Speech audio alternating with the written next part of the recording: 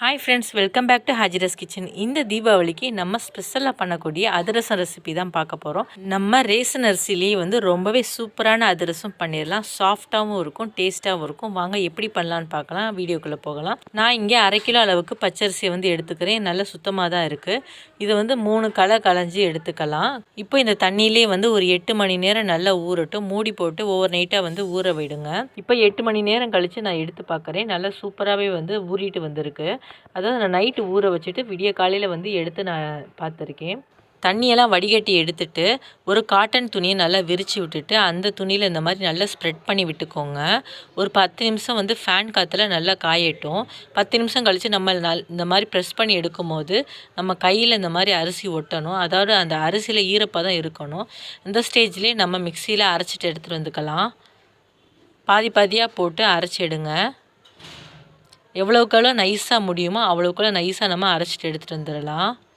அரிசியில் ஈரப்பதம் இருக்கணும்.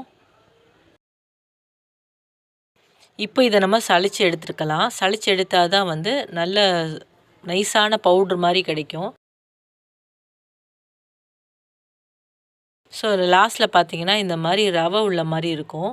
ஸோ இதெல்லாம் நம்ம எடுத்துடலாம், தேவையில்லை இது. இப்போ இந்த மாவோட தன்மை கரெக்டாக இருக்கான்னு செக் பண்ணலாம். ஸோ ஒரு கைப்பிடி இந்த மாதிரி பிடிச்சி பாருங்கள். பிடிச்சி பார்க்கும்போது அதில் ஈரப்பதம் இருந்துச்சுன்னா இந்த மாதிரி உருண்டை மாதிரி வரும். அரிசியை நல்லா இந்த மாதிரி அமுக்கி பார்க்கணும். அமுக்கி பார்க்கும்போது அது நல்லா அந்த ஷேப் வரணும். ஷேப் வந்துச்சுன்னா நம்மளுக்கு இந்த பதம் கரெக்டாக இருக்குன்னு அர்த்தம். இப்போ இதை ஒரு மூடி போட்டு மூடி வச்சிடலாம். காற்றுல இந்த மாவு காய ஆரம்பிச்சிடும். ஸோ அதனால் மூடி வச்சுருங்க. இப்போ இங்கே நான் நுணுக்கின மண்டவளம் தான் எடுத்துகிட்டு வந்துருக்கேன். நல்ல நயமான மண்டவளமாக எடுத்திருக்கேன். இப்போ இதில் அரிசி நீங்கள் 1 கிளாஸ் அளவு எடுத்திங்கன்னா மண்டவளம் 3/4 பங்கு அளவு தான் இருக்கணும். ஸோ நீங்கள் அரிசி எவ்வளோ அளவு எடுத்திருக்கீங்களோ அதில் 3/4 பங்கு மண்டவளம் இருக்கணும். சேர்த்த பிறகு ஒரு கிளாஸ் அளவுக்கு தண்ணி ஊற்றிக்கோங்க. தண்ணி ஊற்றி ஹை ஃப்ளேமில் வச்சு நல்லா கொதிக்க விடுங்க. இது பாகுப்பதம் வரணும். இது எப்படி வரணும்னு நான் சொல்கிறேன்.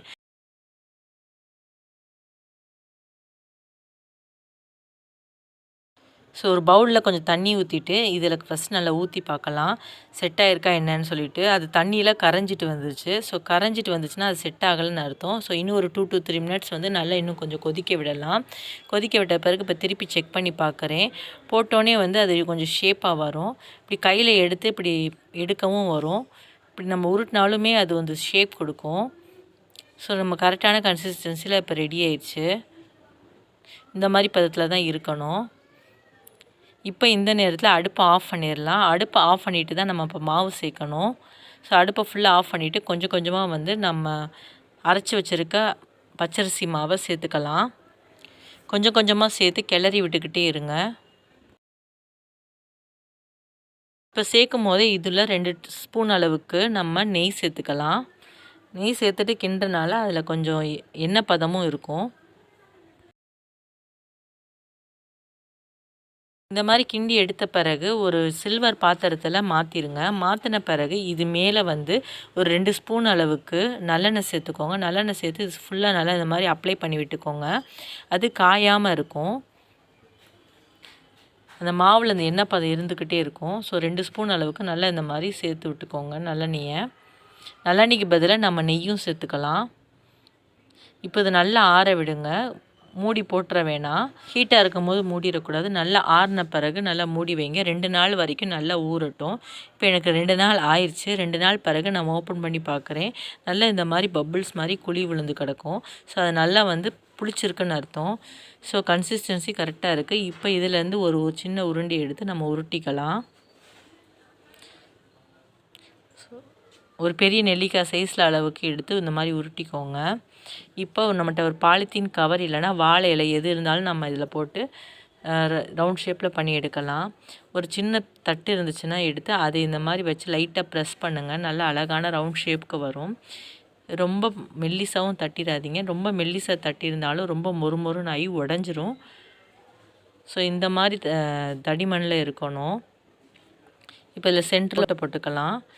ஓட்டை போட விருப்பம் இல்லாதவங்க அப்படியே கூட நம்ம போட்டு பொரிச்சு எடுக்கலாம். நான் இங்கே அதிரசம் ஓட்டை போட்டும் பண்ணியிருக்கேன், ஓட்டை போடாமல் இந்த மாதிரியும் பண்ணியிருக்கேன்.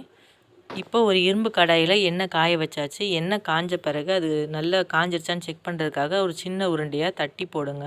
தட்டும் போதே வந்து நல்ல அது பபுள்ஸோடு இந்த மாதிரி புரிஞ்சு வரும். புரிஞ்சு வந்த பிறகு அடுப்பை மீடியம் ஃப்ளேமில் வச்சுக்கோங்க. மீடியம் ஃப்ளேமில் வச்சுட்டு ஒன்று ஒன்றா போட்டு பொரிச்சு எடுக்கலாம். இப்போ அடுப்பை மீடியம் ஃப்ளேமில் வச்சு பொரிச்சிடுங்க. நல்ல இந்த மாதிரி பூரிக்கு வர மாதிரி நல்ல உப்பெல்லாம் வரும். நல்லா பூரிக்கு எப்படி நம்ம எண்ணெய் ஊற்றுவோமோ அதே மாதிரி இதுலேயும் எண்ணெய் தெளித்து விடணும். நல்ல சூப்பரான கன்சிஸ்டன்சியில் வந்துருச்சு. இப்போ இதை இன்னும் ஒரு கண்ணு மூடி கரண்டி யூஸ் பண்ணி இந்த மாதிரி எண்ணெயெல்லாம் அமுக்கி விட்டு ஃபில்ட்ரு பண்ணணும். எண்ணெயை நம்ம ஃபில்ட்ரு பண்ணலைன்னா நம்மளுக்கு 2 நாள்லேயே வந்து செக்கு வாடை வர ஆரம்பிச்சிரும். ஸோ அது எல்லாத்தையும் இதே மாதிரி நம்ம பொரிச்சு எடுத்தோடனே இந்த மாதிரி புழிஞ்சு எடுத்துடணும். இந்த மாதிரி புழிஞ்சு எடுக்கிறனால நம்மளுக்கு ஒரு 15 டேஸ் வரைக்கும் நல்லா வந்து எண்ணெய் செக்கு வாடை இல்லாமல் இருக்கும். நல்லா சாஃப்டாகவும் இருக்கும்.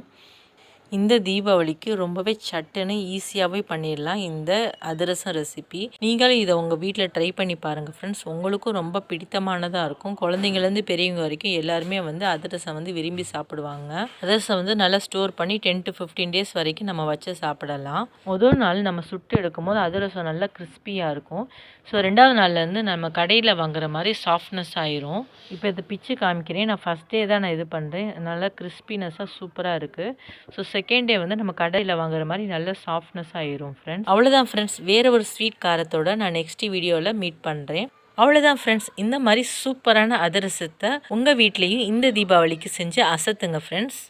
இந்த வீடியோ உங்களுக்கு பிடிச்சிருந்துச்சின்னா ஒரு லைக் கொடுங்க. லைக் கொடுத்துட்டு உங்கள் ஃப்ரெண்ட்ஸுக்கும் இதை ஷேர் பண்ணுங்கள். மேலும் இதே மாதிரி நிறைய இன்ட்ரெஸ்டிங்கான குக்கிங் வீடியோஸ் என்னோடய சேனலில் இருக்குது ஃப்ரெண்ட்ஸ். அதை பார்க்குறதுக்கு என்னோடய சேனலை சப்ஸ்கிரைப் பண்ணுங்கள். தேங்க்யூ.